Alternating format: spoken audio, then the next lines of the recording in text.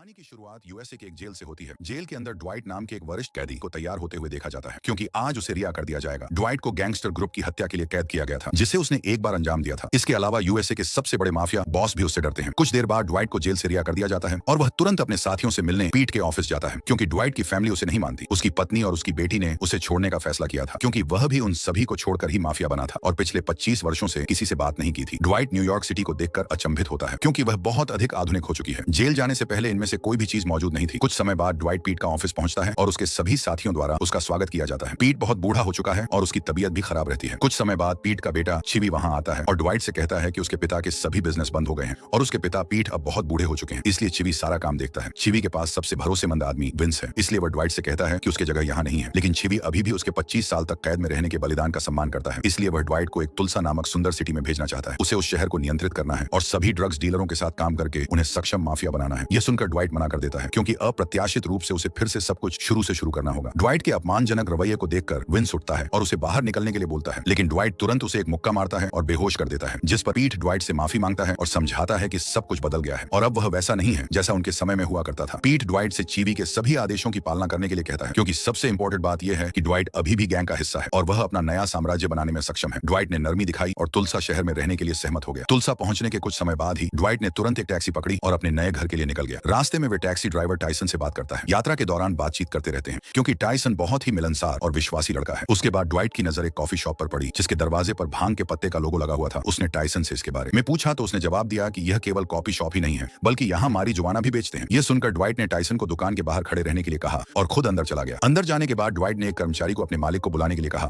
लेकिन कर्मचारी ने मना कर दिया और उसे बाहर निकाल दिया, क्योंकि उनके मालिक अजनबियों से नहीं मिलते। ड्वाइट बाहर चला गया और टाइसन की टैक्सी से एक थर्मस लिया और अंदर घुस गया और उनसे भिड़ गया। आखिरकार दुकान का मालिक बोर्ड शोर सुनकर बाहर आया। उस समय ड्वाइट ने तुरंत बोर्ड को ऑफिस में बातचीत करने के लिए बुलाया, जहां उसने बताया कि चिवी के नेतृत्व में यूएसए में सबसे बड़ी माफिया गैंग है और वह उसका हिस्सा है और वे तुलसा के सभी ड्रग्स डीलरों को उनके साथ एकत्रित करने के लिए आया है और उन्हें इसके बदले सुरक्षा और एफबीआई से सुरक्षा और तुम्हें अपने साप्ताहिक कमाई का 20% हिस्सा उन्हें देना होगा। बोर्ड ने ड्वाइट की बात का पालन करने के लिए सहमति व्यक्त की और तुरंत इस सप्ताह के लिए अपनी सभी आय के कुल पर 20% का भुगतान कर दिया। उसके बाद ड्वाइट टैक्सी में वापस आया और टाइसन को बिना किसी हिचकिचाहट के काफी उच्च भुगतान के साथ अपना निजी ड्राइवर बनने की पेशकश की। उसने तुरंत प्रस्ताव स्वीकार कर लिया। इस प्रकार अब से टाइसन अब अधिकारी तौर पर ड्वाइट का प्राइवेट ड्राइवर बन गया है। उसके बाद टाइसन ने उसे उसके अपार्टमेंट तक पहुंचाया। बाद में ड्वाइट एक नाइट क्लब में गया, जहां उसने केलर नामक क्लब मालिक से संपर्क किया। वह स्थानीय लोगों से परिचित होने के लिए भी प्रयास करता है, जिन्हें बाद में वह अपनी गैंग में शामिल कर लेगा। अगले दिन ड्वाइट और टाइसन बोर्ड की शॉप पर वापस आए। ड्वाइट ने पूछा कि बोर्ड को मारी जुबाना के पत्ते कहां से मिलते हैं, जो वे हमेशा सेल करता है। यह सुनकर बोर्ड ने जवाब दिया कि उसे जिम्मी नामक एक किसान से पत्ते मिलते हैं, जो शहर में सभी जगहों पर मारी जवानों के पत्तों की आपूर्ति करता है, क्योंकि उसके पास दर्जनों हेक्टर में मारी जुबाना के बागान है। यह सुनकर ड्वाइट ने जिम्मी से कुछ समय बाद परिचित करवाने के लिए कहा। ड्वाइट केलर के नाइट क्लब में वापस आया। इस बार उसकी मुलाकात एना नाम की एक महिला से हुई और उन्होंने अपना परिचय दिया। उस समय वह अकेली नहीं थी, क्योंकि वह अपने दोस्तों के साथ नाइट क्लब में पार्टी कर रही थी। उसके बाद ड्वाइट को उनके साथ एंजॉय करने के लिए इनवाइट करती है और उन्होंने साथ में पार्टी की। यह पता चला कि ड्वाइट एना में रुचि रखता है, इसलिए उसने उसे अपने अपार्टमेंट में साथ चलने के लिए इनवाइट किया और एना ने खुशी खुशी स्वीकार कर लिया, क्योंकि वह भी उसे पसंद था। आगे एना और ड्वाइट को उनके घर में साथ उठते हुए देखा गया। उसके बाद एना ने जल्दी से अलविदा कहा, क्योंकि उसे और भी काम था। ड्वाइट ने उम्मीद जताई कि कुछ समय बाद वे फिर मिल सकते हैं। तुलसा में एफबीआई की टीम को मीटिंग करते हुए देखते हैं, जिसमें ड्वाइट के बारे में ही चर्चा हो रही थी, जो 25 साल से अपराधी है। एफबीआई को पता चलता है कि ड्वाइट अब तुलसा में रहता है और वे चिंतित हैं, क्योंकि ड्वाइट शहर में परेशानी खड़ी कर सकता है। उस मीटिंग में एना भी मौजूद थी, क्योंकि यह पता चलता है कि वे भी एफबीआई की एजेंट हैं। उस समय वे यह जानकर हैरान थी कि ड्वाइट एक अपराधी है, जिसने अब तक 25 साल की सजा काट रखी है। एना अभी भी ड्वाइट के बारे में जानने के लिए उत्सुक थी, इसलिए उसने तुरंत अपने एफबीआई में सहयोगी से ड्वाइट के बारे में विस्तृत जानकारी के लिए संपर्क किया। एना के सहयोगी ने तब उसे बताया कि ड्वाइट न्यूयॉर्क शहर का सबसे बड़ा माफिया है। बड़े बड़े माफियाओं को मारना उसके दाहिने हाथ का खेल है। इसके अलावा ड्वाइट किसी के साथ भी क्रूर होने के लिए कुख्यात था। इस जानकारी को जानने के बाद एना ने अपने सहयोगी को धन्यवाद कहा और कॉल समाप्त कर दी। दूसरी ओर ड्वाइट और टाइसन इस वीक की कमाई में अपना हिस्सा लेने के लिए बोर्ड के पास गए, जहां ड्वाइट ने जिम्मी के पास ले जाने के लिए कहा, जो मारी जुबाना के पत्तों की आपूर्ति करता है। लेकिन बोर्ड अभी बिजी है और ड्वाइट को उसके पास बाद में ले जाने का वादा किया। थोड़ी देर बाद ड्वाइट को चिवी का कॉल आया, जिसने ड्वाइट को विंस के इलाज के पैसों का भुगतान करने का अनुरोध किया, जिसे उसने बुरी तरह मारा था। काफी कोशिश के बाद ड्वाइट सहमत हो गया और चिवी को प्रॉमिस किया कि वह पैसे भेज देगा। दोपहर में जब ड्वाइट अपने अपार्टमेंट में था, तो अचानक एना ने उससे मुलाकात की। उसने पूछा कि वह तुलसा में क्यों आया है। ड्वाइट ने कहा कि वह केवल छुट्टियां मनाने आया है और अपनी जेल की रिहाई का आनंद ले रहा है। वह नहीं चाहता था कि संदेह पैदा हो। एना ने ड्वाइट को सावधान रहने की सलाह दी, क्योंकि शहर में कई बुरे लोग हैं। कुछ समय बाद ड्वाइट और बोर्ड जिमी से मुलाकात करने के लिए जाते हैं। वहां पहुंचने पर जिमी ने ड्वाइट का गर्मजोशी से स्वागत किया। उस समय ड्वाइट ने जिमी को उनका सहयोगी बनने की पेशकश की, जिससे वे मिलकर तुलसा सिटी में अफीम वितरण करेंगे। और ड्वाइट ने यह भी वादा किया कि अगर जिमी उसके साथ काम करने के लिए सहमत होता है, तो वह उसे किसी भी चीज की सुरक्षा प्रदान करेगा। यह सुनकर जिमी भी सहमत हो गया और अब से वे आधिकारिक तौर पर पार्टनर बन गए। अगले दिन ड्वाइट अपनी वाइफ और बेटी के ठिकाने की खोज करता है, जो उसे बहुत समय पहले छोड़कर चली गई थी। कुछ ही समय बाद ड्वाइट सोशल मीडिया पर अपनी बेटी का पता खोजने में कामयाब हो गया। इसके अलावा ड्वाइट को उसके फोन नंबर भी मिल गए और तुरंत उसने उस नंबर पर कॉल किया। जब उसने कॉल का आंसर दिया तो ड्वाइट ने तुरंत माफी मांगी और दुख व्यक्त किया और बताया कि वह अपनी बेटी को कितना याद करता है।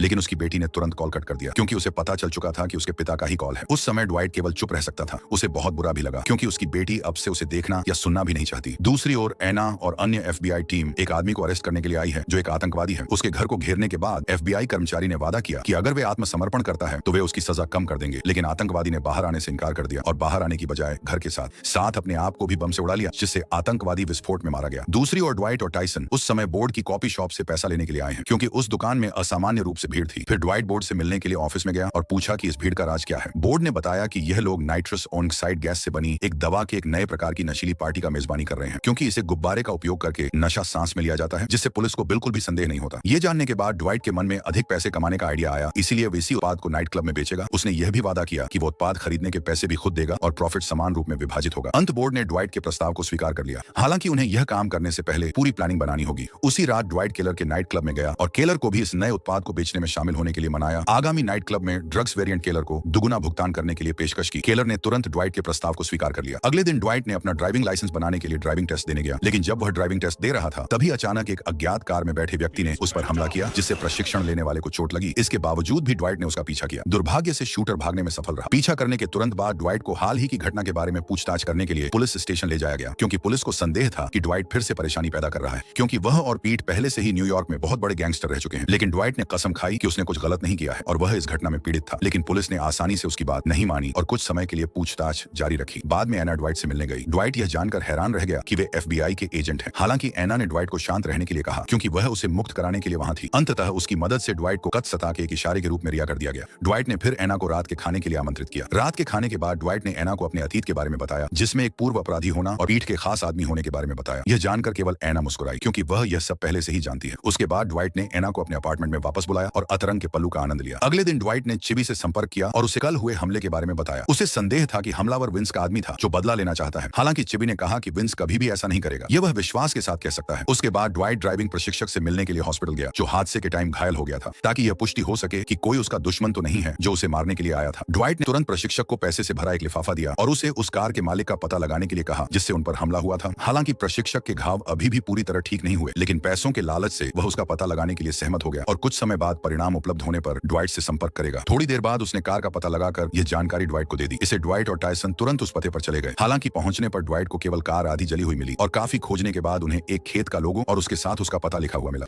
ड्वाइट तुरंत उस खेत के स्थान पर गया क्योंकि उसे यकीन था कि कल उस पर हमला करने वाला व्यक्ति उस खेत का मालिक है। वहां पहुंचने पर ड्वाइट ने अंदर जाकर काफी जांच पड़ताल की और मिसेस फेरियो फार्म के मालिक का इंतजार किया। कुछ देर बाद खेत का मालिक बाहर निकला और अपने घर की ओर गया। ड्वाइट ने भी उसका पीछा किया। आखिरकार खेत का मालिक अपने घर पहुंचा, लेकिन ड्वाइट हिचकिचा गया जब उसने खेत के मालिक के बच्चे को अपने पिता को गर्मजोशी से गले लगाकर स्वागत करते हुए देखा। अंत में ड्वाइट ने अगली सुबह वापस आने का फैसला किया और अधिक उपयोग क्षण की प्रतीक्षा की। अगले दिन खेत के मालिक आर्म को घर में प्रवेश करते समय अपनी गतिविधियों को फिर से करते हुए देखा गया। ड्वाइट अचानक पीछे से आया और उस पर बंदूक तान दी। ड्वाइट ने जानना चाहा कि आर्म ने कल उस पर हमला क्यों किया और किसके आदेश पर किया। यह सुनकर आर्म ने माफी मांगते हुए कहा कि उसे संदेह था कि ड्वाइट चिबी के आदेश पर उसका शिकार करने के लिए तुलसा आया है। ड्वाइट ने आश्चर्यचकित होकर उससे पूछा कि क्या आर्म और चिबी के बीच कोई समस्या है। आखिरकार उसने समझाया कि जब तुम जेल में थे तो उसने चिबी के लिए काम किया था। इसके अलावा आर्म को पता था कि ड्वाइट को 25 साल की कैद का महत्वपूर्ण रहस्य चिबी द्वारा बिछाया गया एक झाल था और चिबी मेरे द्वारा तुम्हें मरवाना चाहता था। इसलिए आर्मन ने सोचा कि ड्वाइट बदला लेने के लिए मेरे पीछे तुलसा आया है और चिबी ने ही उसे यहाँ भेजा होगा। यह सुनकर ड्वाइट हैरान रह गया कि चिबी उसकी कैद के पीछे का मास्टरमाइंड था, लेकिन ड्वाइट ने कोई कार्रवाई नहीं करने का फैसला किया क्योंकि वह अभी भी पिट का सामान करता है। ड्वाइट ने यह वादा किया कि अगर आर्मन उसके साथ शामिल होने के लिए सहमत हो जाता है तो वह उस पर हमला नहीं करेगा और आर्मन के पास यह करने के अलावा कोई अन्य विकल्प नहीं था, इसलिए उसने ड्वाइट के अनुरोध पर सहमति जताई। उस रात ड्वाइट ने जो ड्रग्स का नया संस्करण ऑर्डर किया था वह बोर्ड की कॉफी शॉप पर आ गया है। उसके बाद ड्वाइट ने तुरंत टायसन और बोर्ड को निर्देश दिया कि वह उन्हें नाइट क्लब में बेच दे। टायसन और बोर्ड ने तुरंत उत्पाद के नए संस्करण को बेचना शुरू कर दिया। जब अच्छा प्रॉफिट हो रहा था तो अचानक स्थानीय गैंगस्टर के एक समूह ने उन पर हमला बोल दिया और सारा माल भी जब्त कर लिया। उसके बाद बोर्ड और टायसन ने हाल ही की घटना की सूचना ड्वाइट को दी जो उस समय केलर के बारे में था। यह सुनकर ड्वाइट क्रोधित हो जाता है और उसने केलर को इस बारे में बताया और उसका साथ मांगा। केलर ने भी उसके सहयोगी के रूप में सहमति जताई। उसी समय ड्वाइट ने आर्मन से कांटेक्ट किया और उसे अगली रात गैंगस्टर पर हमला करने के लिए आमंत्रित किया। अगले दिन टायसन का इलाज उसकी मां द्वारा किया जा रहा है। उसके पिता जिसका नाम मार्क था, उन्होंने देखा कि ये निशान नाखून के हैं। फिर उन्होंने टायसन से पूछा कि उसे किसने पीटा है, जिस पर टायसन ने जवाब दिया कि उस पर संगीत समारोह में गैंगस्टरों के एक समूह ने हमला किया था। लेकिन उसने अपने पिता को आश्वस्त किया कि वह अपने मालिक ड्वाइट के साथ आज रात जवाबी कार्रवाई करेगा। रात में ड्वाइट और केलर स्थानीय गैंगस्टर के ग्रुप से बदला लेने के लिए दूसरों के आने का इंतजार करते हुए दिखाया जाता है। कुछ ही देर बाद टायसन और आर्मन के आने के बाद वहां जाने का फैसला किया। तभी मार्क भी वहां आ जाता है और उसने भी उनका साथ देने की इच्छा व्यक्त की जिन्होंने टायसन को नुकसान पहुंचाया था। यह सुनकर ड्वाइट ने नाइट क्लब स्थल पर पहुंचकर मार्क की भागीदारी को स्वीकार कर लिया। ड्वाइट ने तुरंत अपने आदमियों को बेसबॉल के बल्ले दिए। ड्वाइट और उसके आदमियों ने गैंगस्टर मुख्यालय पर धावा बोला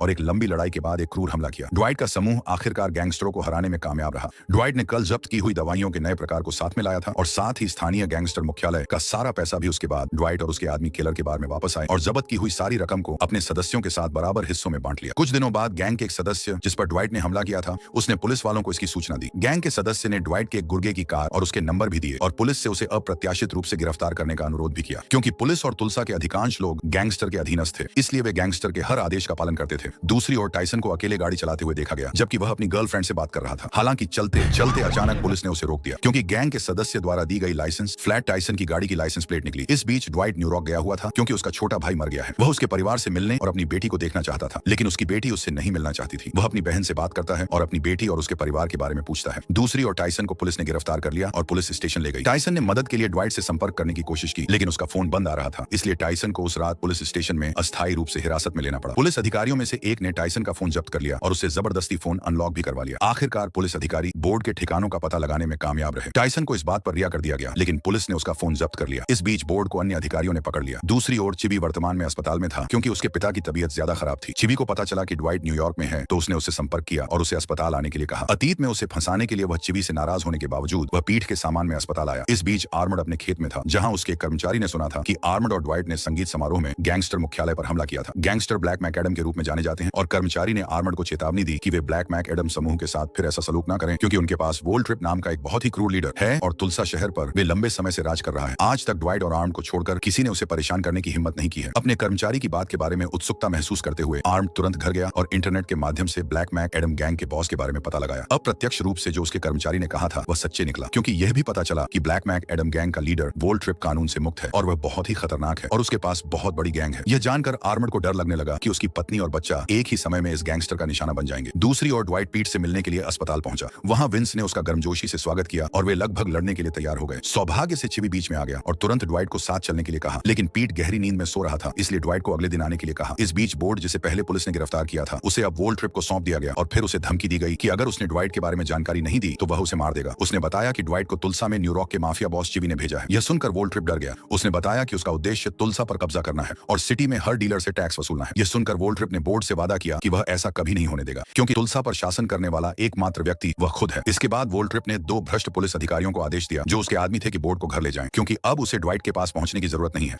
उस समय ड्वाइट न्यूयॉर्क में अपनी बेटी से मिलने जाता है जिसकी फूलों की दुकान है। वह उससे पूछता है कि जो हुआ उससे आगे बढ़ने का कोई रास्ता है। वह कहती है कि नहीं और उसने उसे और उसकी मां के लिए कुछ भी नहीं छोड़ने के लिए डांटा, ना क्रेडिट कार्ड ना कार, बिल्कुल भी नहीं। ड्वाइट कहता है कि उसने सुनिश्चित किया था कि उसके पुराने दल ने उसकी और उसके मां के दोनों की रक्षा और सारी आवश्यक चीजों की पूर्ति की शर्तें मानी थी। ये सुनकर टीना भावुक हो जाती है और व्यंग्यात्मक रूप से कहने लगती है कि यह बहुत अच्छा काम कर गए आप। वह पंकज नाम के आदमी के बारे में बात करना शुरू करती है और गलती से कहती है कि चलो बस एक रात को मैंने कठिन तरीके से सीखा कि उसे वहां क्यों बुलाया जाता है। इतना बोलकर वह रुक जाती है, लेकिन ड्वाइट आगे बोलने के लिए कहता है, परंतु वह डर जाती है। वह आगे बोलने के लिए मना कर देती है और अपने पिता से प्रॉमिस मांगती है कि वह कुछ भी गलत नहीं करेगा। और इस सीरीज का पहला पार्ट यहीं पे खत्म हो जाता है। गाइस, अगर आपको इसका अगला पार्ट चाहिए तो प्लीज नीचे कमेंट में मुझे जरूर बताएं और इस चैनल को प्लीज सब्सक्राइब कर देना।